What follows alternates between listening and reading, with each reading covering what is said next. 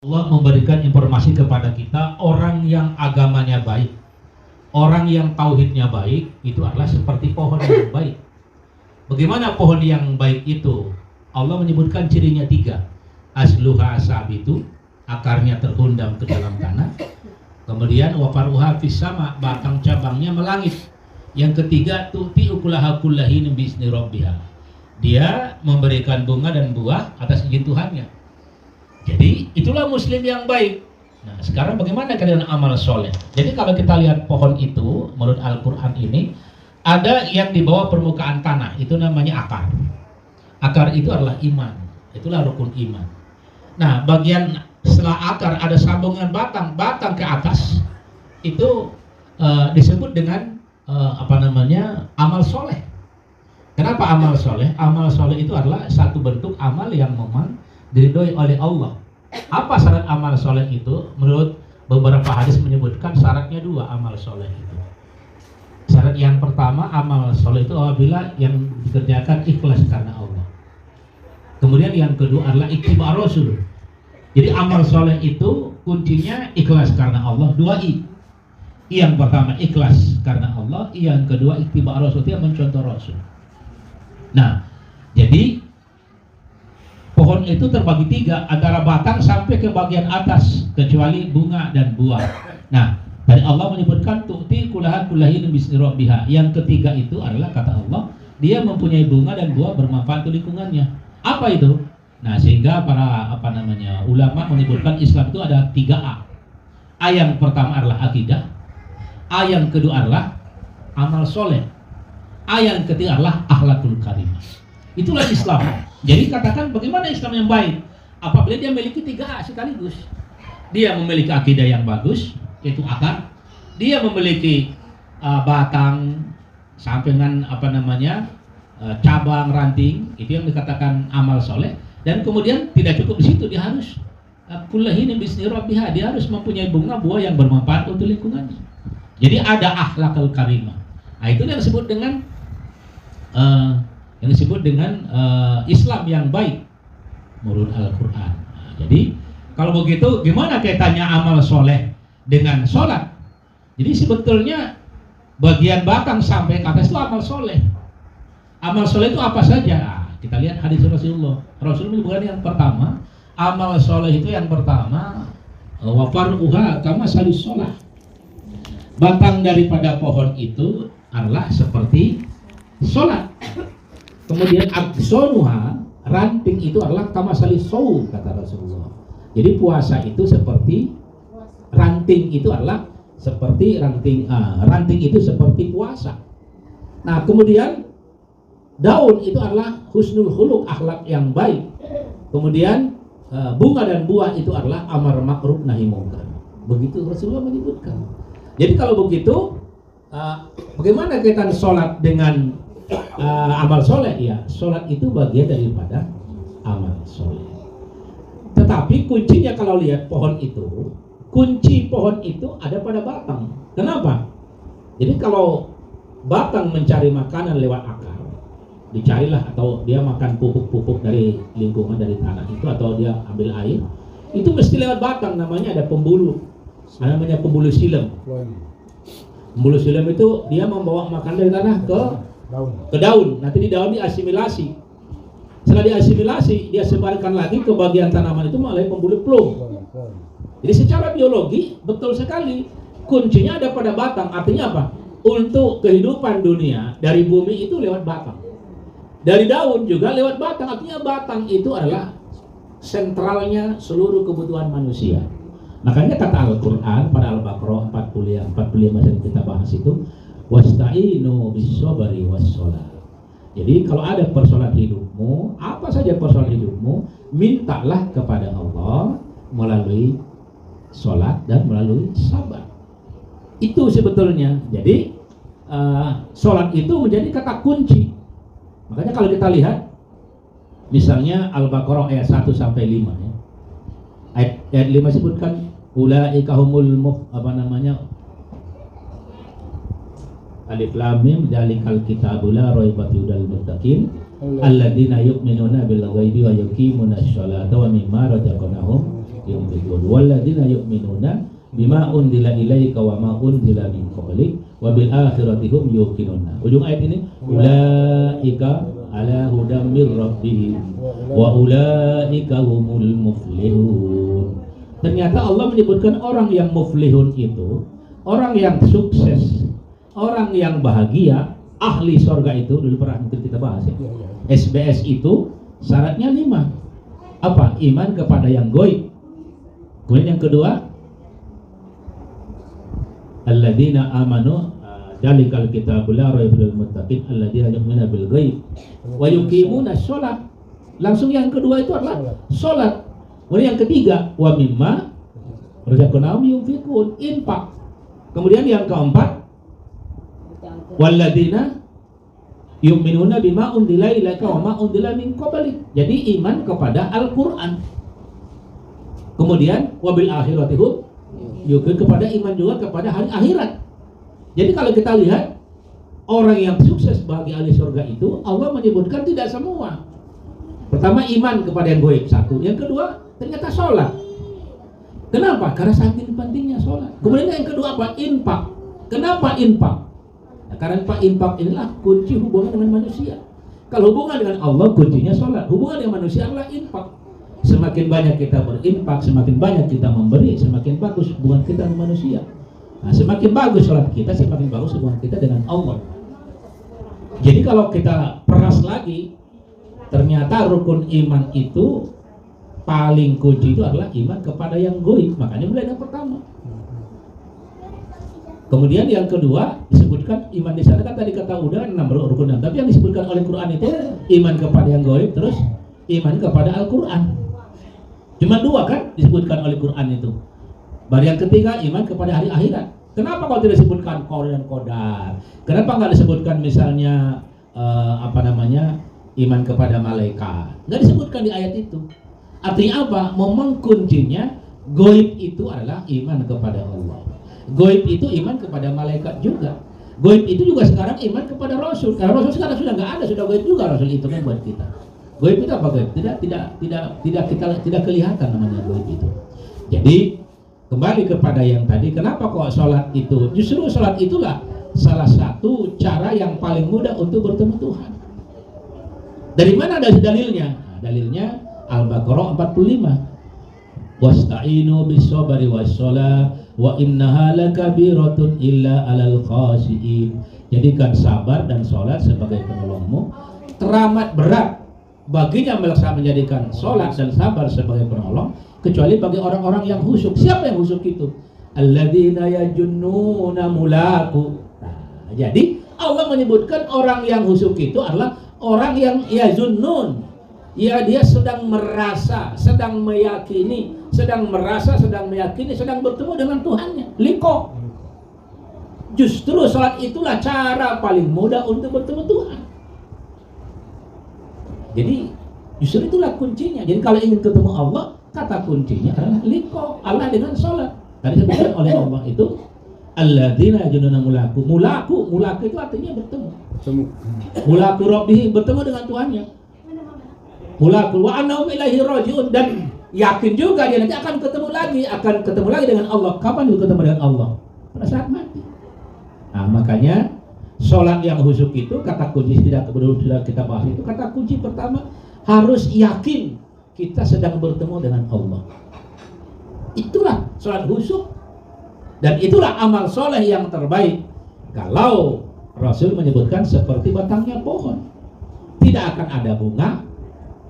Jadi tidak ada amar makruf nahi mungkar, tidak ada akhlak, tidak ada perjuangan mujahid sekalipun, tidak akan ada puasa. Nggak ada gunanya puasa itu kalau tidak ada batang. Jadi kita lihat sumber kehidupan ke atas itu ada cabang, ada ranting. Cabang itu kata Allah kama salul zakat atau infak, cabang itu. Jadi nggak akan ada cabang, tidak akan ada ranting, tidak akan ada bunga, tidak akan ada buah, kecuali ada batang. Jadi apapun amal soleh yang paling hebat kita kerjakan, tidak ada gunanya, kecuali kalau sholat kita benar. Makanya itulah perlunya sholat kita harus dalami. Jadi kesimpulannya bahwa bertemu dengan Allah itu salah satu cara Allah dengan sholat. Sholat itulah cara terbaik untuk bertemu Allah. Makanya dulu pernah kita pelajari itu ada doa sampai diajarkan Nabi itu doa Allahumma nas'aluka. Masih ingat gak doa bertemu Tuhan? Allahumma nas'aluka hubbaka wa Allahumma nas'aluka lajatan nazira. Allahumma inna nas'aluka lajatan nazira. Lazatan nazari. Najori. Lazatan nazari ila wajhika. Walikoi. Ila wajhika. Jadi Walikoi. justru Allah melalui Rasulnya mengajari kita bahwa setiap mau sholat sebaiknya kita berdoa untuk bertemu Tuhan. Jadi kalau kita lihat tadi gambaran utuhnya Islam itu 3A: akidah, amal soleh, akhlak. Sedangkan amal soleh itu kuncinya ada pada batang. Nah, batang itu adalah sholat. Sedangkan cabang zakat, ranting puasa, kemudian buah daun itu adalah akhlak.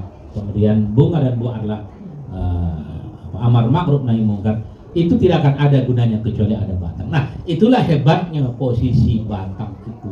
Itulah hebatnya posisi sholat itu dalam Islam. Satu lagi Ustaz, mungkin tapi ini maaf lagi Ustaz ya. Gimana ngomongnya? Ilmunya ilmu baca-baca aja gitu loh. Mungkin juga dalam sholat sebenarnya, kalau menurut saya dalam sholat ini sebenarnya kita sudah bisa memenuhi semuanya. Dalam satu sholat aja gitu ya, kita sudah melaksanakan rukun iman, rukun Islam dalam satu sholat aja. Sudah ada terkandung rukun iman dan rukun Islam dalam sholat itu.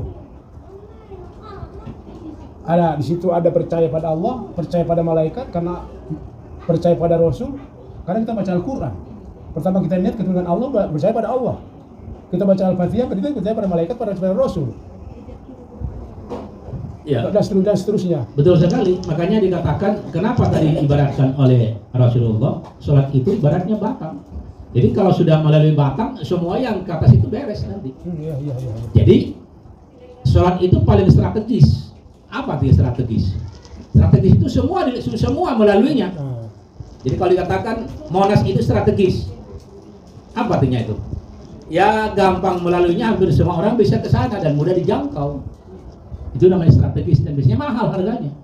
Daerah-daerah strategis itu harganya mahal biasanya. Sholat juga begitu.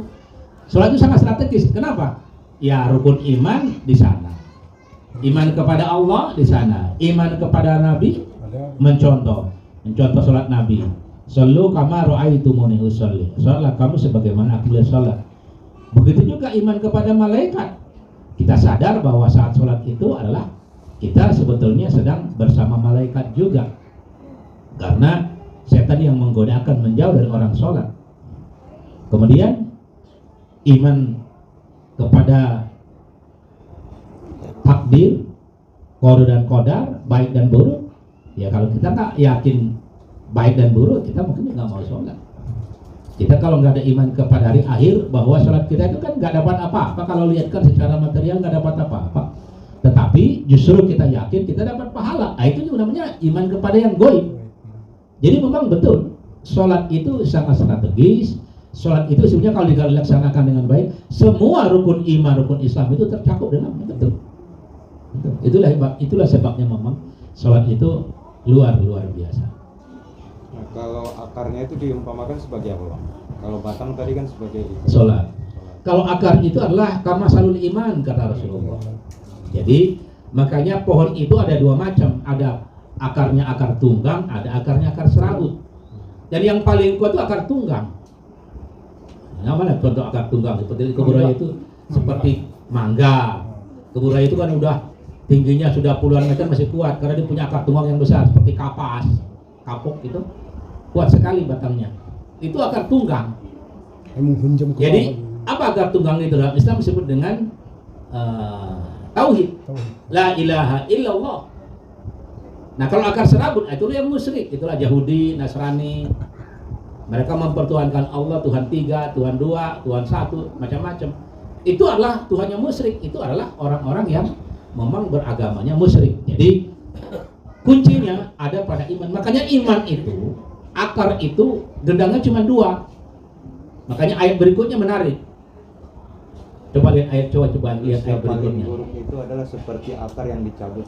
Coba dibaca ayat Yang berikutnya. serabut. Yang tercabut. Karena salul khabis ya. Dan perumpamaan kalimat yang buruk seperti pohon yang buruk yang telah dicabut akar-akarnya dari permukaan bumi, tidak dapat tegak sedikit pun. Ya. Jadi Allah memperjelas di ayat berikutnya, kama salul khabisa, seperti pohon yang jelek. Mana contohnya pohon yang jelek itu? Tusat min fauqil ardi ma laha min qaror. Pohon yang jelek itu akarnya tidak nyambung dengan batang sehingga dia gampang terserabut. Jadi memang iman itu gendangnya cuma 2, kufur atau iman. Nggak bisa setengah-setengah iman itu. Kalau udah putus ya tidak iman namanya. Nah itu jadi iman itu adalah akar, dan akar itu harus nyambung dengan batang. Begitu tidak nyambung dengan batang, terserabut dia, tercabut dia dari akar, itu pohonnya rusak. Jadi muslim sehebat apapun, kalau tidak dasarnya dengan iman, maka tidak bisa diterima oleh Allah. Coba lihat surat An-Nisa. An-Nisa 150 ya. Coba lihat An-Nisa surat 4 150. Jadi kita dalam beriman itu nggak boleh setengah-setengah.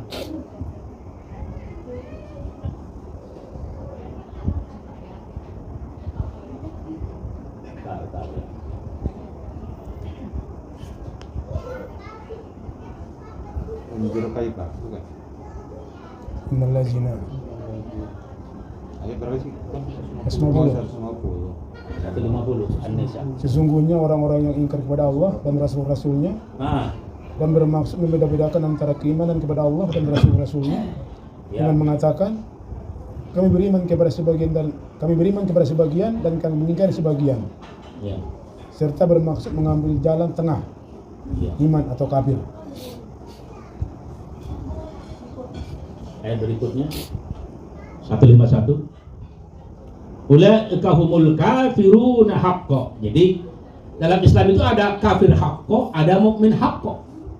Jadi Allah menyebutkan ulaika humul kafiruna haqqo. Mereka itulah orang-orang yang kafir yang sebenarnya. Wa a'tadna lil kafirina adaban muhina. Dan kami sediakan untuk orang-orang kafir itu azab yang menghinakan. Siapa mereka itu? Kita lihat ayat 150 tadi, Allah menyebutkan sesungguhnya orang kafir itu ingkar kepada Allah dan Rasulnya dan bermaksud membeda-bedakan antara keimanan kepada Allah dan Rasulnya dengan mengatakan kami beriman kepada sebagian dan kami mengingkari sebagian, serta bermaksud jalan tengah. Nah itulah seperti Islam Nusantara itu. Islam liberal itu. Jadi nggak bisa berislam itu, Islam itu dari Arab.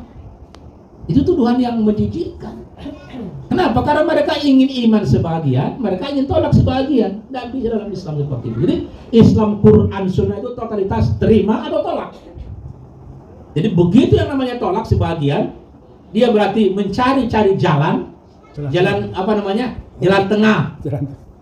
Kata Allah apa? Orang-orang yang mencari jalan tengah itu adalah ulaika humul kafiruna haqqan. Kenapa? Karena akar itu dengan batang, begitu dia terputus atau kalau sedikit saja dia nyambung, akan bagus tanamannya. Akar itu kalau jelek akan jelek ke atas, makanya tidak boleh harus kokoh. Makanya asluha sabitu, kata Al-Quran. Akar itu terhunjam, harus kuat dia, kuat ke tanah, kuat ke batang. Makanya sabitu itu begitu. Jadi kita dalam beriman itu, apalagi iman kepada Quran, sangat disayangkan kalau ada orang mengatakan, oh Islam itu nggak ada depan, mengatakan itu mah nggak cocok dengan Indonesia. Makanya ketika dia katakan khilafah misalnya, sampai Indonesia membubarkan khilafah, itu sesuatu dosa besar. Kenapa? Karena khilafah itu ajaran Islam. Jadi kalau mereka tidak paham dengan khilafah, silakan, tetapi tidak boleh mengatakan khilafah itu bukan Islam. Kenapa? Karena Al-Quran banyak sekali bicara khilafah. Kata-kata khilafah dalam Al-Quran 57 kali. Inni ja'ilun fil ardi khalifah. Sangat terkenal ayat itu. Jadi kalau ada orang mengatakan khilafah itu bukan dari Islam, itu keliru, nggak paham Quran, nggak paham Sunnah, nggak paham sejarah. Kita tahu abad 7 sampai abad tahun 1924 Islam itu dibimbing, dikuasai oleh khilafah.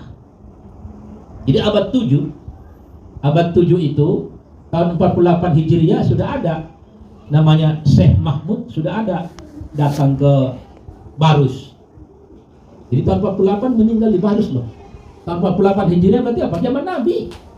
Sudah ada makamnya Syekh Mahmud itu datang dari Madinah itu ke Barus, Sumatera Utara dekat Sibolga itu. Datang ke sana. Artinya apa? Bahwa sejak zaman dulu, sejak zaman Nabi, khilafah itu seluruh dunia. Bukan hanya untuk Mekah, bukan. Namun oleh Ataturk tahun 1924 dibubarkanlah yang namanya khilafah itu. Jadi itulah sebabnya sampai hari ini yang namanya jasadnya Ataturk itu tidak bisa dimakamkan sampai hari ini. Karena dialah orang yang paling besar dosanya menghancurkan Islam. Jadi menghancurkan khilafah Ismani itu adalah Ataturk, bekas presidennya Turki. Dan berapa kali dimakamkan, nggak bisa dimakamkan itu sampai hari ini. Baunya minta ampun. Itu jasadnya Ataturk sampai hari ini.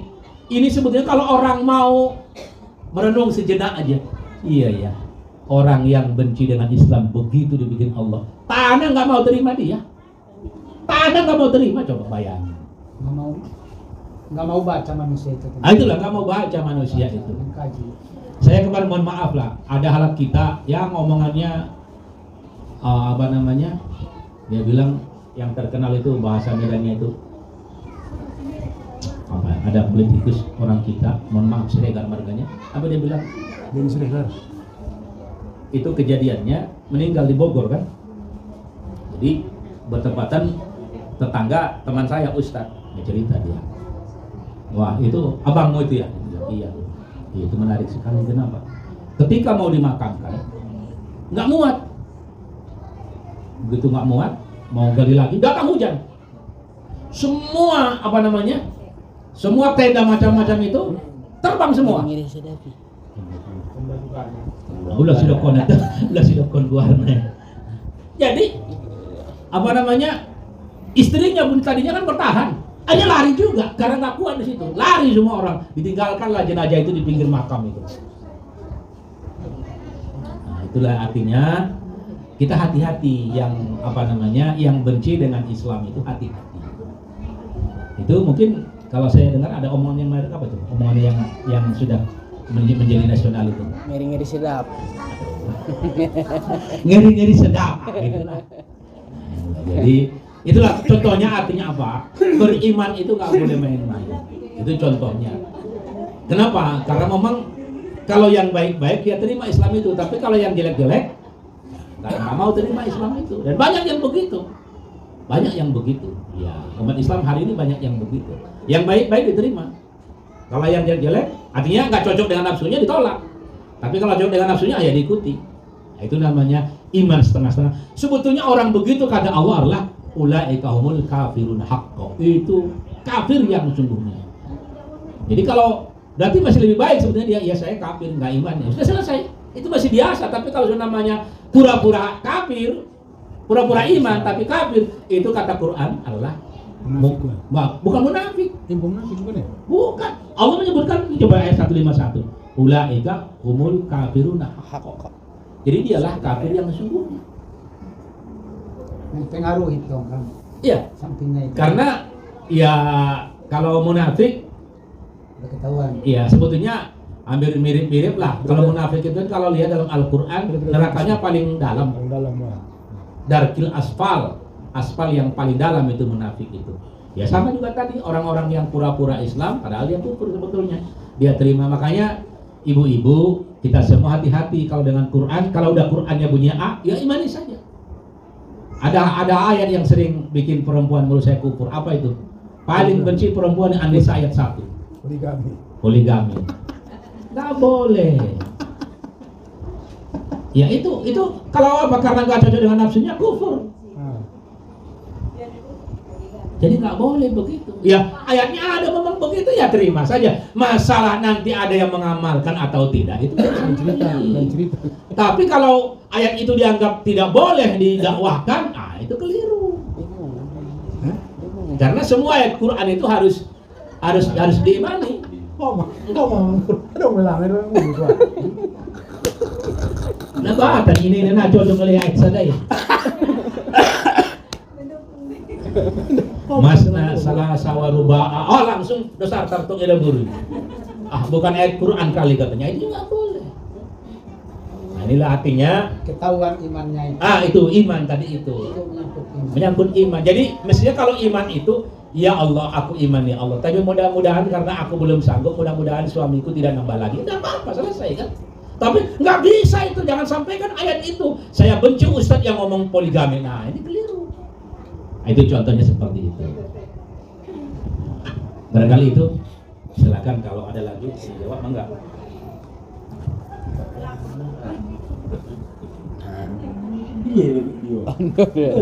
Bu, sini deh. Apa itu lagi?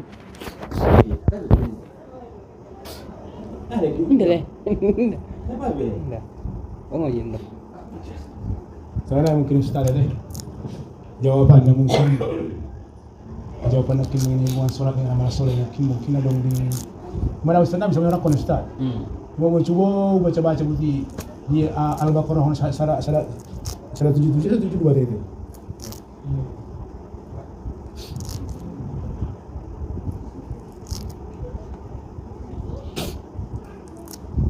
Al-Baqarah 177. Mungkin saja menerangkan ada. Al-Baqarah saya begitu. Mungkin cuma jawaban paling paling lengkap. Iya. Al-Baqarah 107. Laisal birra an tuwallu wujuhakum qiblal masyriqi wal maghribi walakinnal birra man amana billahi wal yaumil akhir wal malaikati wal kitabi wan nabiyyin wa atal mala ala hubbihi zawil qurba wal yatama wal masakin wa banas sabil was-sa'ilina wa fir riqab wa aqamas salata wa ataz zakata wal mufuna bi ahdihim idza ahadu was-sabirina fil ba'sa'i wad dharra'i wa hinal ba's ulaika alladzina shadaqu wa ulaika humul muttaqun. Jadi pada ayat ini Allah memberikan definisi apakah yang disebut dengan orang muttaqin, apakah yang disebut dengan orang yang benar. Jadi orang yang muttaqin, orang yang benar itu banyak cirinya. Allah menyebutkan yang pertama bahwa mereka itu adalah orang-orang yang beriman kepada Allah. Kemudian yang kedua iman kepada hari akhirat. Yang ketiga kepada malaikat. Yang keempat kepada kitab. Yang kelima kepada nabi. Dan kemudian infak dengan harta yang dicintainya kepada kerabat. Dan juga memberikan kepada anak yatim, kepada orang yang miskin, orang-orang dalam perjalanan, dan untuk meredakan hamba sahaya. Kemudian yang keenam melaksanakan sholat, kemudian menaikkan zakat, dan kemudian orang-orang yang menepati janji apabila dia berjanji, dan orang yang sabar dan kemelaratan dan juga penderitaan dan pada masa peperangan. Mereka itulah orang-orang yang benar dan mereka itulah orang-orang yang bertakwa. Jadi ayat ini lebih memperjelas bahwa yang disebut dengan kebaikan itu laisal birru an tuwallu wujuhakum qiblal masyriqi wal maghrib.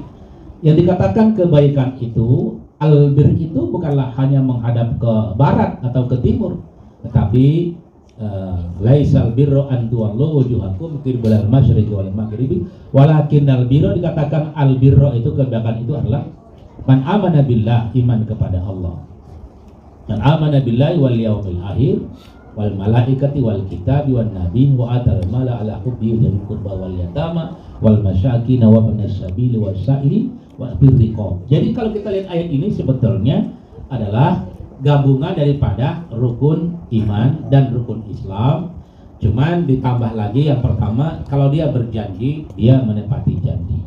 Dan kemudian diperjelas oleh Allah, orang yang infak itu fisarro iwat dorro, baik dalam keadaan longgar walaupun dalam keadaan sempit, bahkan dalam kondisi peperangan pun fil ba'sa iwat dorro, tetap dia bersedekah. Jadi lebih memperjelas. Makanya orang ini disebut dengan orang muttaqin. Artinya apa muttaqin itu? Muttaqin itu artinya adalah orang-orang yang sudah rela, yang sudah mau dikendalikan oleh Allah. Itulah derajat yang tinggi.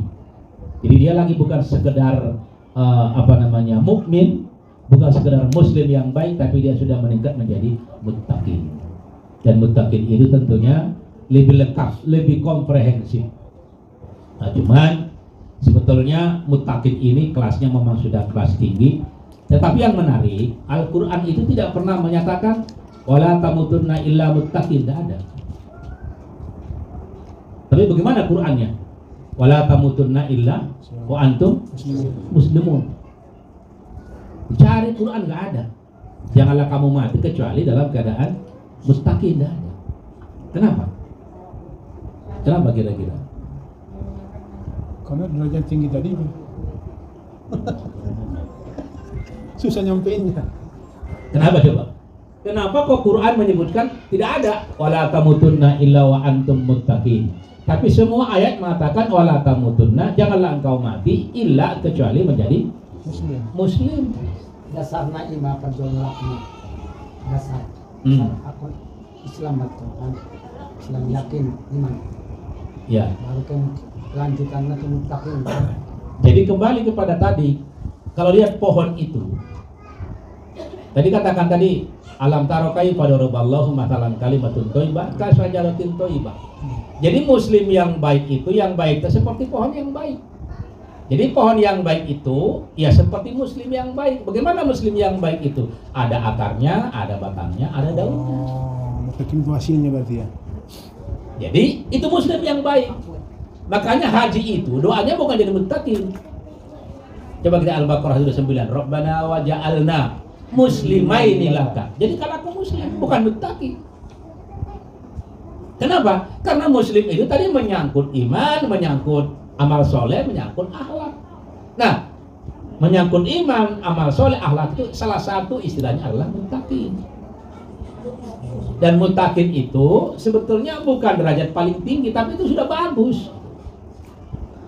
Nah, yang dijamin ahli surga itu adalah muslim.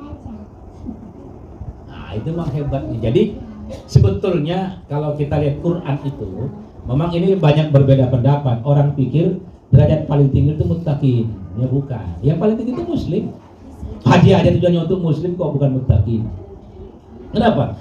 Karena muttaqin itu lebih banyak dia tekanannya kepada amal soleh. Itu sebetulnya dia lebih banyak kepada praktek, aplikasi. Aplikasi itu muttaqin. Kalau iman dia iman, bukan bukan muttaqin. Keyakinan. Jadi muttaqin itu aplikasi lah dia. Makanya bagaimana salah satu cara yang paling mudah mendapatkan muttaqin? Ya alladzina amanu kutiba alaikumusiyam kama kutiba aladzina min qablikum la'allakum tattaqun. Untuk bertakwa itu caranya lewat puasa. Kenapa? Karena muttaqin itu adalah lewat praktek. Nah, orang kan kita nggak tahu, orang puasa itu kan kita nggak tahu imannya. Pokoknya dia puasa kita nggak tahu imannya gimana. Banyak juga yang non-Islam ikut puasa kan?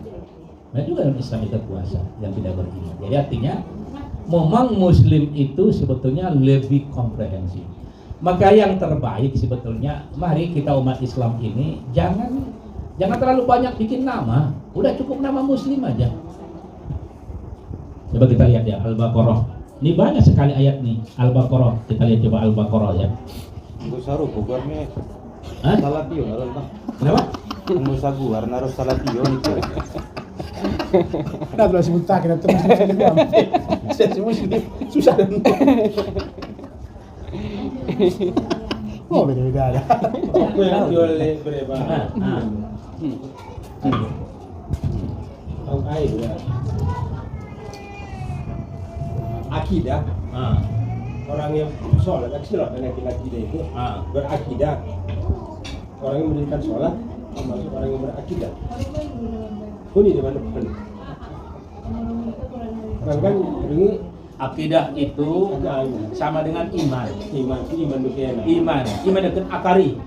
Akar Akar pohon sama dengan akidah. orang yang mendirikan sholat itu apa namanya? Batang amal soleh. Amal soleh. Amal soleh. Jadi akar itu kalau dia sudah baik, maka batangnya bagus. Kalau imannya, akidahnya bagus, maka sholatnya akan bagus. Tauhid istilahnya gitu, tauhid. Kalau tauhid menakin, Akari jadi akar. akidah intinya tauhid, akar tunggal. Jadi akar sama dengan iman, sama dengan akidah, intinya namanya tauhid. Akar tunggal. Meskipun banyak buku cari timbangan dari banyak buku itu cari ini sholat gitu dah. Alah. Aku udah kesalahan kan anggun sholat itu kan tauhid kepercayaan kita. Ya. Dan Allah berikan pengakuan kepada Allah. Allah Maha Besar. Ya. Termasuk mana kita doa itu. Sholat itu adalah doa. Ya. Padahal kan doa itu kan hanya antara dua sujud. Ya. Lainnya itu kan memerlailah pengakuan ya itu pun. Allah Akbar, Allah Maha Besar. Berarti kita beriman. Ya. Kita beriman dengan itu. Alah. Beriman. Ini waktu kita iman itu Allah Maha yang tertinggi. Pengakuan juga kan.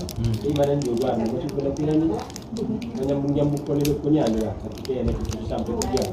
Ini ada pengakuan dia ketahui tentang keimanan di sholat ini. Orang yang mengatakan sholat itu termasuk orang yang beriman. Ya. Alat makaridon ada. Setelah dia beriman, baru dilaksanakan sholat ini. Di dalam sholat itu kan ada takbir. Takbir itu Allah Akbar, pengakuan berarti Allah itu ada. Berarti termasuk keimanan. Keyakinan ini berarti iman. Ya. Sesuai dengan kita sudah ada keyakinan. Jadi kembali lagi ini. Sholat itu belum tentu membawa kita tuh suatu akhir surga. Bertemu dengan Tuhan. Bertemu dengan Tuhan. Jadi memang betul karena kita ini untuk mencapai itu sila kita ini kan hanya pekerjaan batang lah di bangunan kan. Aku ada dong mana tim sesi, ayah orang ini amal soleh. Amal soleh termasuk mana kita ini sedekah. Sabar, zakat, infak. Tapi kan infak on dan nama nolong, nama masuk kita suruh buat ada infak. Itu sudah, anggota sholat puasa. Ini sudah kita ini zakat pribadi terpengaruh untuk mencukupi pribadi pribadi. Itu belum tentu baik kan? Karena berguna halat doa nama nolong kita. Mana nak negara kan? Satuan jol, kita satuan jol kan? Mana mesti dia? Satu baru saya kita ni amal soleh. Ulama sarak dari mana? Sudah kejadian dari tapi jodoh. Mudah kita makaji syariah tadi kot Allah kita kan untuk mendekatkan syariah ada itu. Tadi kot tahu Allah kan syariah ada itu makrifat. Aku paham di sana dulu macam ada syariah ada hakikatnya makrifatnya. Baru mana kita capai jadi definisi tidak mati tujuannya. Jadi yang ada soalnya kan sholat itu adalah sholat itu adalah doa. Dia doa itu sudah. Nah betul sudah. Doa tanya di antara dua sujud. Berdiri wahyu berdiri apa berdiri di luar di luar. Imah hakikat namanya sudah doa. Anggota syariah anda kalau sholat. Syariat itu pekerjaan. Latari syariat itu syariat. Yang sudah Quran. Baru mana tersampai. Aku sampai dari kota duluan. Bicara duluan baru kita mengerti ini bicara macam. Itu pun ngomong na dalam ni nang untuk mengaji luar ni. Harus mengaji dikaji baru sampai itu sih. Ini benar siapa aku dah. Jadi itu kita bahas sholat ini kan. Enggak sholat itu mungkin sholat. Tapi dalam sholat semua bermasalah, masalah semua. Hanya imam duduk antara dua sujud mana menjadi doa di lainnya hanya keimanan, pengakuan di Tuhan. Masuk Allah Maha Besar. Belum lagi tambah kalau berkabir. Mengurus tanggung jawab kita membaca berkabir aku sih baca. Inna sholat wa nusuku wa maya wa mat dar balam ngomong saja doa. Nari yang apa dengan Lima kalan. tahu. Ini apa? Itu lagi mengarah ke pilpres tidak mungkin jangan kita itu. Itu lah. Enggak, ini mulu dan bersama dia nak kini dulu. Dema Kata kau menerakon. Menerakon ya, dia dah. ada lanjut air kita ini. Ini sih ustaz tidak oke. Tidak sudah. Alhamdulillah. Kalau jadi kan anggota kita buka syariat. topik dah tengah-tengah mu dah. Topik dah tengah-tengah mu dah. Adalah Ya. dikaji. Jadi Udah ini kamar soal non. Sambung suatu ilok pulang itu. Ang baca ni dok kami yang garuk dipilih warhamni nudo abutu. Tenak pecipidai baca waktu sembahyang sah sembahyang. Yang masalah sah. Sunat dui. Ini masalah sah.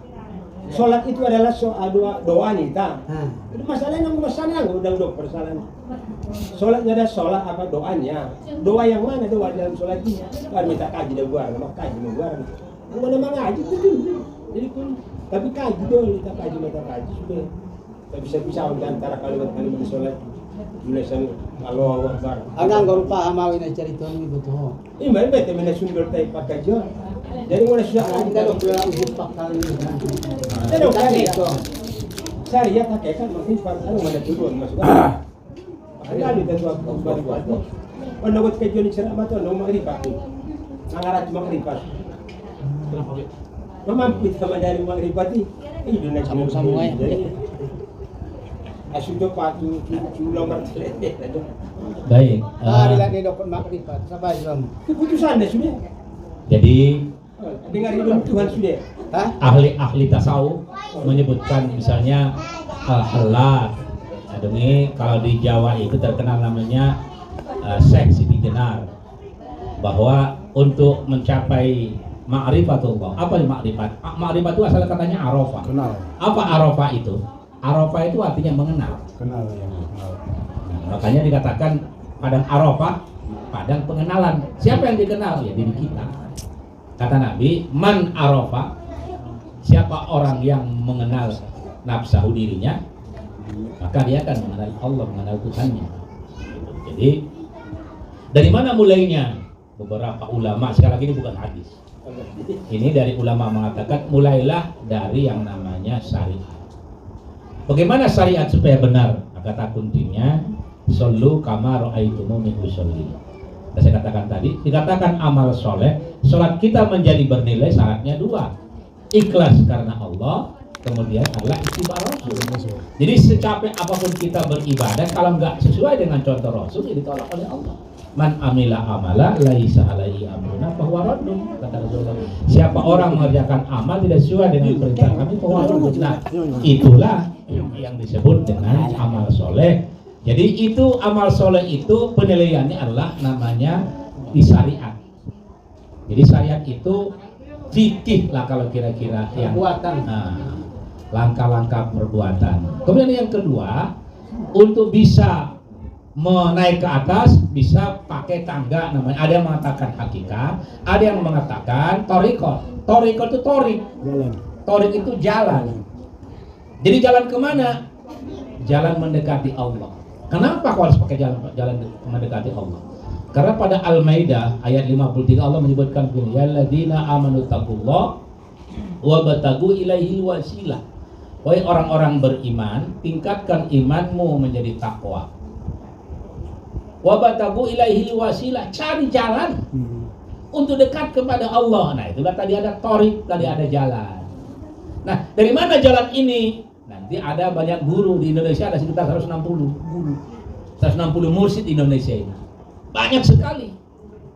Ada yang salah, wallahu a'lam. Tetapi yang penting bahwa selama tidak bertentangan dengan Quran dengan Sunnah, silakan saja. Nah, inilah itu sebetulnya adalah pemahaman yang namanya yang dibawa oleh tokoh-tokoh tarikot atau yang disebut dengan tokoh-tokoh tasawuf. Nah, kalau sudah ada tarikot, bagaimana tarikotnya? Nanti disebutkan jalannya. Nah, kalau ingin masuk kelompok ini, kuncinya A, B, C, D. Dikatakanlah misalnya harus zikirnya apa, harus mulainya gimana, amalannya apa. Itu tarikot, jalan untuk bisa menemui sesuatu, menemui Allah. Nah, kemudian habis itu kita juga harus tahu hakikat. Misalnya sholat, Allahu Akbar, apa sih hakikat Allahu Akbar itu? Harus kita pahami. Hakikat Allahu Akbar, Allah Maha Besar, apa maknanya? Ya, dulu kita bahas itu, saya masih ingat gak tuh? Apa makna Allahu Akbar? Itu hakikat. Allah Maha Besar. Gimana besarnya Allah itu? Meliputi. Nah itu. Jadi kita harus paham, meliputi kita. Jadi Allah maksud itu harus paham kita. Allahu Akbar, tetapi Allah menyebutkan apa maknanya. Itu tadi hakikatnya. Hakikat Allahu Akbar itu kita sadar bahwa kita diliputi oleh Allah. Bukan hanya kita, diri kita, rumah kita, bumi kita, seluruh alam ini diliputi oleh Allah. Allahu Akbar. Kita sudah kaji kayaknya yang kedua ya. Bagaimana wujudnya Allah itu? Masih ingat nggak kemarin? Masih. Ini kan hakikat nih. Iya. Kita bicara hakikat. Jadi memang betul tadi kata ulang. Memang kalau kita ingin sholatnya itu khusyuk, ya itulah kata kunci, harus tahu hakikatnya. Karena Allahu Akbar saja apa hakikatnya? Allah besar. Bagaimana? Meliputi kita. Jadi saat Allahu Akbar, rasakan kita diliputi oleh Allah. Allah yang seperti apa? Bagaimana wujudnya Allah itu? Ada nggak wujudnya Allah? Ada nggak wujudnya Allah? Ada kan di tata sifat 20 kan wujud, qidam, baqa, mahal fatah halil awadis wahdan irasa. Itu kan ada. Jadi Allah itu ada wujudnya. Pertanyaannya bagaimana wujudnya Allah itu? Sifatnya Iya, apa wujudnya Allah itu? mengadakan yang dia tidak dong bersamanya sebaharu. Wujudnya Allah itu laisa kamitslihi syai'un, tidak ada menyamai apapun. Kalau begitu seperti apa wujudnya Allah?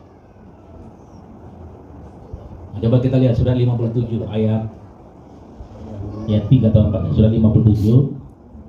Jadi memang itu namanya sudah ilmu hakikat. Jadi setiap ucapan itu memang nanti kita harus kaji dalamnya itu apa hakikatnya. Nah, kalau sudah hakikat barulah masuk kepada ma'rifah. Surat 57 ayat 3.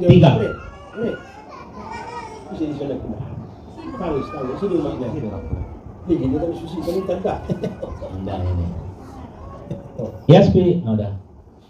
Itu modem dulu. Ayo.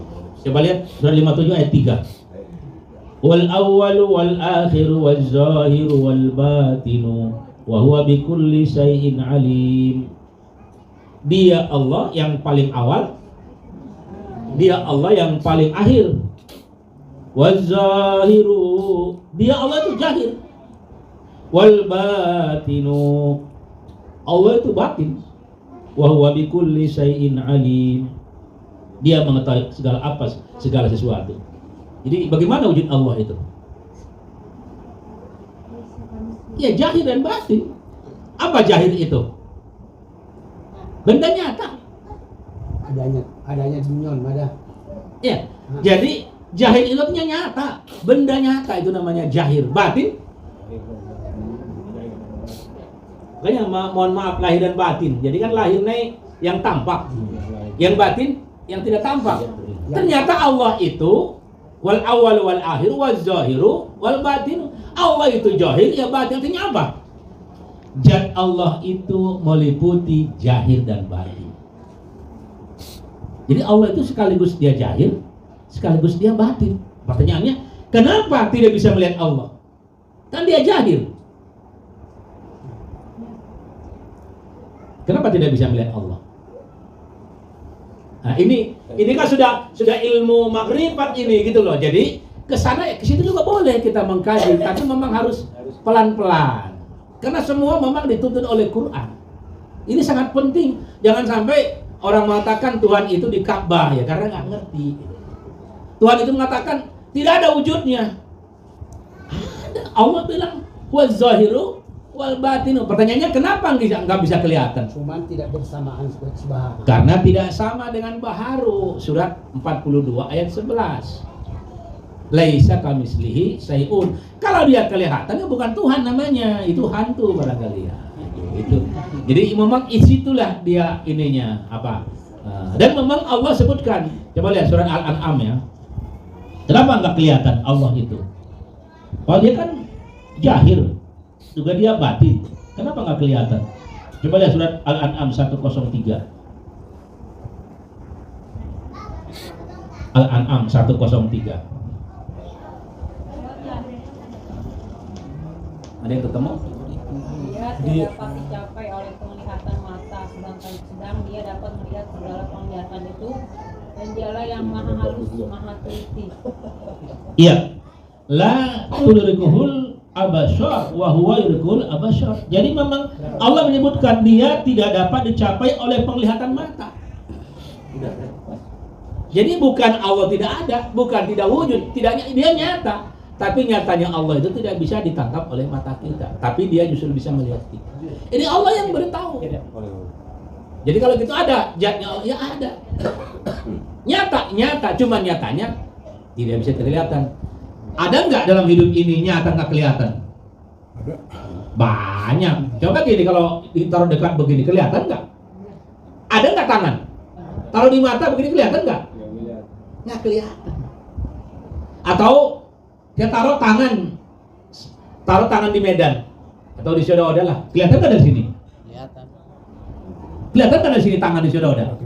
Ada nggak tangannya? Ada, tapi nggak kelihatan. Jadi tidak mesti yang tidak kelihatan tidak ada, itu yang penting. Banyak contoh nggak kelihatan tapi ada. Allah itu ada. Dia dikatakan oleh Allah, dia adalah wal awal wal akhir wal zahir wal batin. Jadi dia meliputi zahir, meliputi batin, tapi tidak bisa tampak. Nah, itulah Allah. Kenapa? Tadi kata udah, laisa kamis. Jadi Islam itu sangat logis. Karena tidak sama kalau begitu kelihatan. Ya, itu namanya bukan Tuhan lagi. Seperti rasa manis lagi ya. Hah? Seperti rasa manis lah. Seperti rasa manis. Kan nggak kelihatan, ada rasanya. Nah, jadi itu yang namanya hakikat. Jadi memang itulah ada yang mengatakan hakikat dulu, baru tarikot, atau tarikot dulu baru hakikat, baru ma'rifat. Kalau sudah paham hakikatnya nanti ma'rifat. Artinya apa? Apa sih ma'rifat itu? Arafah, kenal dengan Allah. Makanya saat sholat itu merasa bertemu dengan Allah. Sekarang kenapa kok merasa belum bertemu? Ya berarti kita belum kenal Allah. Padahal dia sudah sering ketemu kita, sebenarnya kita nggak sadar aja bahwa itu Allah. Nah itulah perlunya kita terus belajar. Dan insya Allah akan ketemu. Allah itu akan ketemu. Justru Allah menyebutkan orang yang paling rugi siapa? Orang yang paling kul halunabbikum bil asyarina a'mala.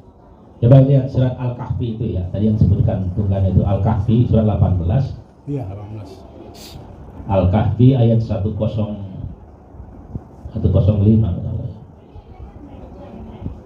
Nabi ada jolo nama siapa ini? Supaya dia itu Tuhan nampak Tuhan jolo. Musa. Nabi Musa. Di itu gunungannya kan.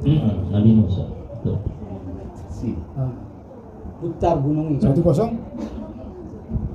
Sudah apa? 103. Katakanlah Muhammad, apakah perlu kami beritahukan kepadamu tentang orang yang paling rugi perbuatannya? Ya, Allah menyebutkan, maukah kamu kuberitahu orang yang paling rugi perbuatannya? Siapa dia? Orang yang sia-sia perbuatannya dalam kehidupan dunia, sedangkan mereka mengira telah berbuat baik-baiknya. Padahal dia mengira dia sudah berbuat baik. Terus ayat berikutnya. Mereka itu adalah orang-orang yang mengingkari ayat-ayat Tuhan. Mereka dan tidak percaya terhadap pertemuan dengan Tuhan. Iya. Jadi coba kita lihat ulaika alladziina kafaru bi ayati rabbihim wa liqa'ih. Jadi orang yang kufur kepada ayat Allah wa liqa'ih dan juga tidak yakin bertemu dengan Tuhannya. Termasuk poligami itu. Termasuk poligami. Jadi harus yakin bertemu dengan Allah itu. Jadi orang yang tidak yakin bertemu dengan Allah, tidak mau bertemu dengan Allah, orang itu adalah orang-orang yang paling rugi. Kayaknya kata kul a'unabbikum bil asyarina a'mala. Maukah kamu kuberitahu satu orang yang paling rugi? Dianggap dia baik, dianggap dia hebat, tapi kata Allah sebenarnya dia ahli neraka. Siapa mereka itu? Orang yang kufur kepada ayat Allah dan kemudian dia orang-orang yang betul-betul tidak yakin bertemu dengan Tuhan. Soalnya ayat Al-Maidah itu harus cocok dalam hal yang jahai kan? Iya. Itu kayak. Itu banyak ulama yang belain. Islam sendiri mandok. Iya. Itu kayak. Iya. Itu berarti dari artinya. Gandaro ini mekanik. Jadi apa? Pendar bang teh. Lanjut. Jadi mungkin perlu yang dipati gorawan. Jadi saya menyambung lagi dokun deh. Cara mereka pembahas-bahasa no. Jadi bahasa istilahku. Niat itu syariat dalam sholat itu. Dalam kebutuhan sholat ini, dalam satu kesatuan sholat ini, niat itu syariat. Gerak itu tarikot. Geraknya itu tarikot. Bacanya itu hakikat. Metung aku lah istilah aku lah. Cocok di udah suni dokon. Diniati pada syariatna. Digerak nih mak gerak di basolati mak tarikotna. Baru dibacaan nih mak hakikatna. Hakikat di solati. Baru non magribat nih ini dia amal solehan setelah kita sholat. Karena karena bagaimanapun ceritanya yang kalau menurut saya tetap yang utama itu aplikasi setelah sholat gitu loh. Ada nggak sholat kita di kitab sehari-hari? Itu imam magribat nah. Ulang latung bani rohani baru. Masih makan marmanya kayak itu buruan. Cocok nih udah semua ibadah ini kulit Kali gitu Qur'annya itu mah. Ayo dong. Oh, kali gitu. Sen perbahasan lagi, perbahasan amal ibadah mana kita udah. Makanya usah kaya. Memang umur kita cocok deh semua. Nah cocok tuh tempat. Oh, pada gunana hujai. Asune leng yeng oto. Karena nang ibutul kono dokon misuden, nama tak kaji. Nah tak kasih tapatamkas. Ya lupa. Hah? Ini loh. Ini pada hujan. Ini Main banyak. Ya, mungkin tidak. Jadi mana adok taman jawab sekali kaum ibu lebih kali kitabnya lebu saya mangecet kali ini nak. Pada poligami. Dia ada nakinnya tuh. Itu poligami. Betul. Nah cocok. Asal mana kata-kata poligami negara ada buat ini. Biasanya menilai malai. Roma. Itu kan? Nara liang bahas kan? Sungguh udah ada fungsi itu. Nah, selama bulan ini. Anggur udah berarti. Ini batung na mall. Ini mall Manjalaki ya. Ada bor nama Iman memang. Ya kayak nama itu deh. Anggur lalu macam. Mall memang sungguh berat menegakkan kebenaran itu. Assalamualaikum warahmatullahi wabarakatuh. Waalaikumsalam. Mersapa jolo Pak Ustad. Nakinkan idokon Pak Ustad. Rugilah orang-orang yang tidak yakin bertemu dengan Allah. Jadi gimana caranya ataupun gimana kita biar bisa memastikan bahwa kita yakin kita itu bertemu dengan Allah. Cukup sekian dan terima kasih. Assalamualaikum warahmatullahi wabarakatuh. Waalaikumsalam. Ada lebih. Apa salah dari kedua lah tadi. Pertanyaan sekaligus menjawab. Baik, terima kasih.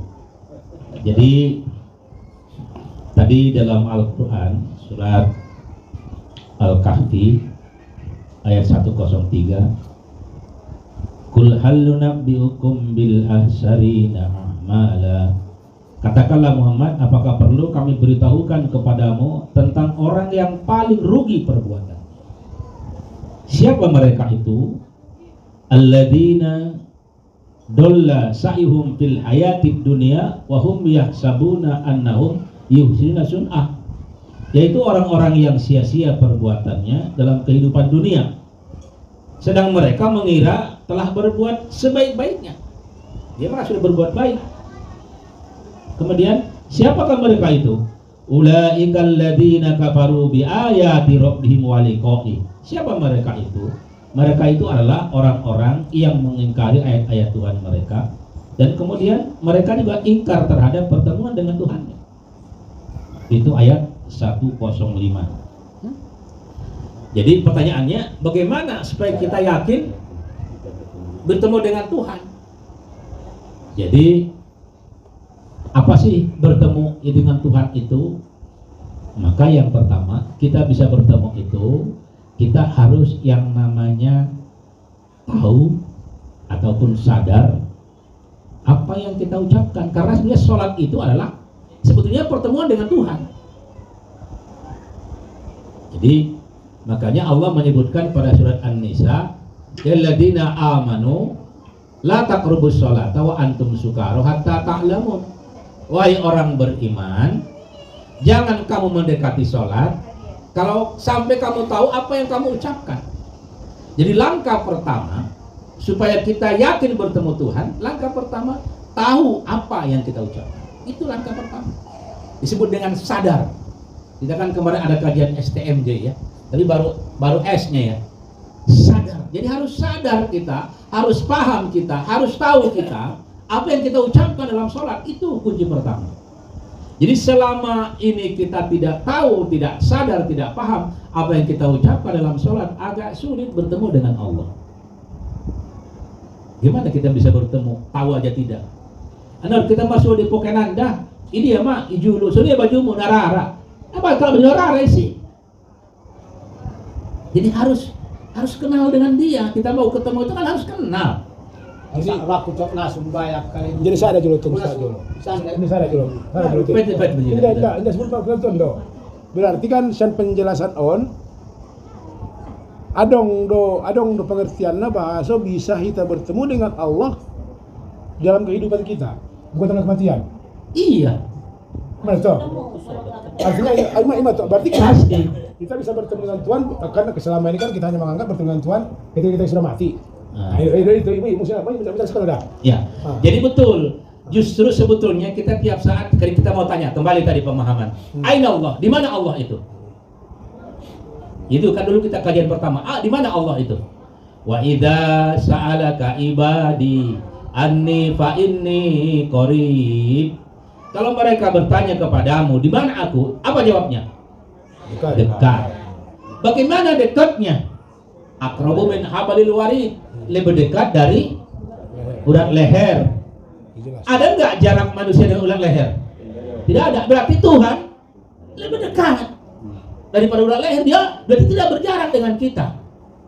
Sekarang tidak berjarak dengan kita, nggak pernah ketemu, gimana coba?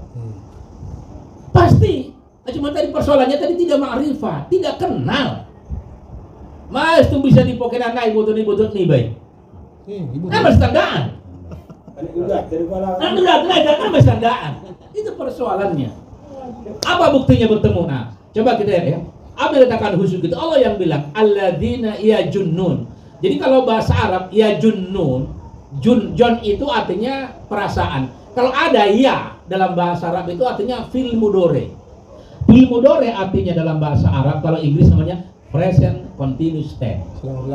Sedang berlangsung. Jadi alladzina yajunnun berarti sholat itu kita sedang berlangsung, sedang bertemu dengan Tuhan. Jadi sholat itu tidak akan khusyuk kecuali kita merasa sedang bertemu dengan Tuhan. Kapan? Saat sholat. Makanya dijelaskan oleh ujung ayat itu, alladzina yajunnuna mulaku rabbihim wa annahum ilaihi rajiun. Nanti ketemu juga saat meninggal nanti. Sekarang ketemu kapan? Saat sholat. Kenapa kok tidak merasa bertemu? Ya tadi awalnya kita belum tahu, belum kenal, belum paham. Bacanya juga kita belum tahu. Tadi Allahu Akbar saja kita masih marnat nuwe. Itulah persoalannya.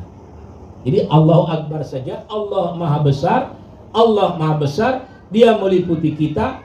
Pertanyaannya, Allah itu atau kita ini tidak berjarak. Kalau kata orang kampung sana, orang ahli tasawuf, kita itu dekat, tidak tidak berjarak. Apa? Enggak ada mau kesana tidak. Dekat tidak, jauh tidak berjarak. Dekat tidak berantara. Dekat tidak bersentuh. Oh, dekat tidak bersentuh, tidak berantara itu. Dekat tidak bersentuh. Itu istilah tasawuf, itu istilah. Tapi kalau Quran mengatakan aqrabu min hablil warid, lebih dekat. Kalau gitu pertanyaannya, kita di dalam Tuhan atau Tuhan di dalam kita? Nah, itu paling gampang dulu. Itu dalam Tuhan. Tuhan di dalam kita. Kenapa? Kita dalam Tuhan. Tuhan di dalam kita. Berarti kita lebih besar dari Tuhan. Maksudnya Allah itu berada di dalam diri kita. Itu masih dibesarkan kita berarti. Nah, itu kalau begitu masih besar kita dari Tuhan. Masih di dalam. Kan meliputi. Sekarang gini pertanyaannya. Yang meliputi dengan yang diliputi besar mana? Meliputi. Nah, Allah kan meliputi kita. Berarti Allah itu meliputi kita. Tapi Allah lebih besar dari kita. Nah, jadi pertanyaannya, Allah di dalam kita atau kita dalam Allah? Kita di dalam Allah. Nah, itu penting banget. Jadi kita ini dalam Allah. Ya, kita di dalam Allah. Artinya apa? Karena Allah Maha Besar, Allah Maha meliputi kita, Allah Maha dekat, maka Dia meliputi segala-galanya. Zatnya gimana zatnya Allah itu? Zatnya Allah itu tadi zahir dan batin. Nah, kembali kepada tadi,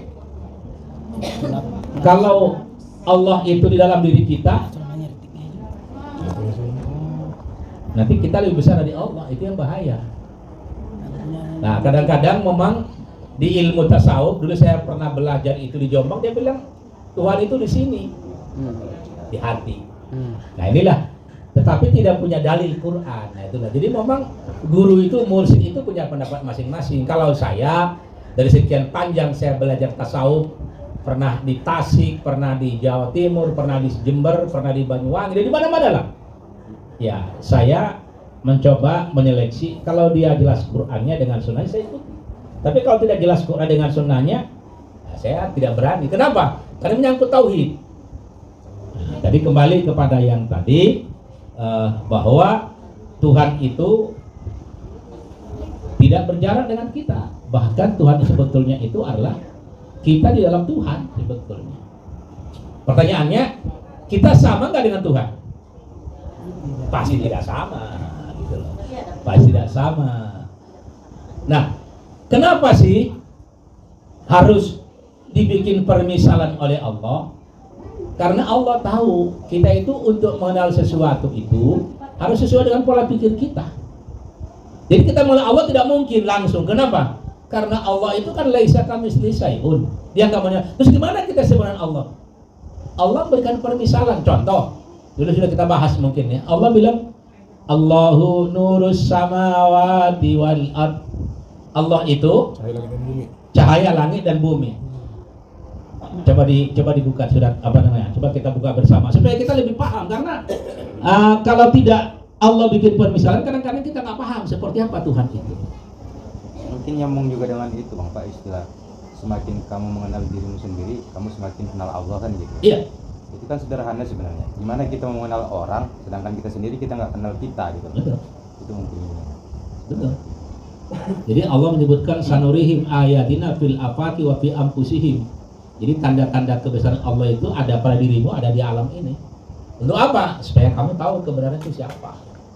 Coba lihat surat An-Nur, surat 24 ayat 35. An-Nur ayat 35. Ayat 35. Pas nerwakinya. Artinya aja biar cepat, ayo. An-Nur Surat 24 ayat 35. Allahu nurus samawati wal ard. Masalu nurihi kamiskatin fiha misbah. Al-misbahu fi zujajah. Az-zujajatu ka'annaha kawkabun durriyyu qadu min syajaratin mubarakah. Allah memberi cahaya kepada langit dan bumi. Perumpamaan cahayanya seperti sebuah lubang yang tidak tembus, yang di dalamnya ada pelita besar. Ya. Pelita itu, ya mamar itu.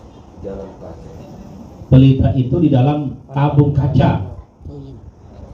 Dan tabung kaca itu bagaikan bintang yang berkilauan, yang dinyalakan dengan minyak dari pohon yang diberkahi. Ya. Yaitu pohon zaitun yang tumbuh tidak di timur dan tidak pula di barat, yang minyaknya saja hampir-hampir menerangi walaupun tidak disentuh api.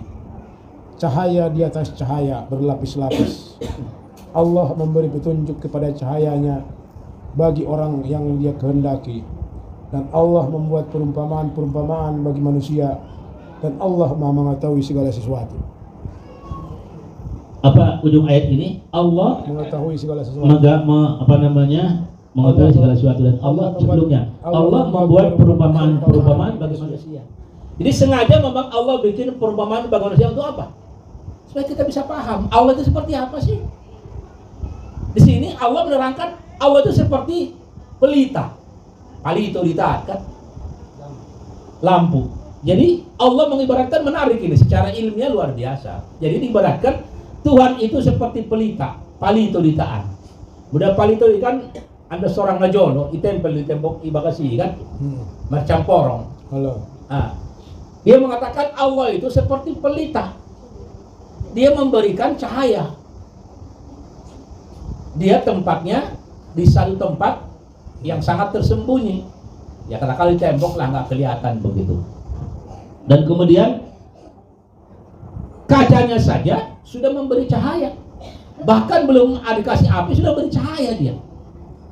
Jadi kalau kita lihat Tuhan seperti apa diberatkan di sini? Cahaya. Sumber cahaya. Sumber cahaya. Jadi pelita itu adalah Tuhan. Kan begitu? Palito. Cahayanya itu adalah makhluk. Jadi kalau begitu, bagaimana antara pelita dengan makhluk? Pelita dengan cahaya. Antara sumber cahaya dengan cahaya. Jadi cahaya itu hanya bagian dari pelita kan? Palito pelita apa? Palito ya, palito lah. Camporong apa ini? Lampu. Jadi lampu itu adalah ibaratnya Tuhan. Seperti inilah. Ini Allah yang bilang. Supaya kita paham. Putar-putar. Mulai sana lewat imang omak kita saja kan. Mulai sana lewat dia. Anak anggo contoh-contoh nalen memang sebetulnya nung cukup. Contoh-contoh. Contoh-contoh. Jadi anggo puputa kaji nuni indah dong ujung pak berputar. Jadi dari Al-Quran ini setidak-tidaknya indah bisa dopi kita memahami. Setidak-tidaknya kita tahu bahwa Allah itu tahu kita menyembah dia. Kayang go palas tersongot kita udah lama kaji ini nanti. Putar nama habis ya. Udahlah, dan habis nanti kan. Ulah usi pelita,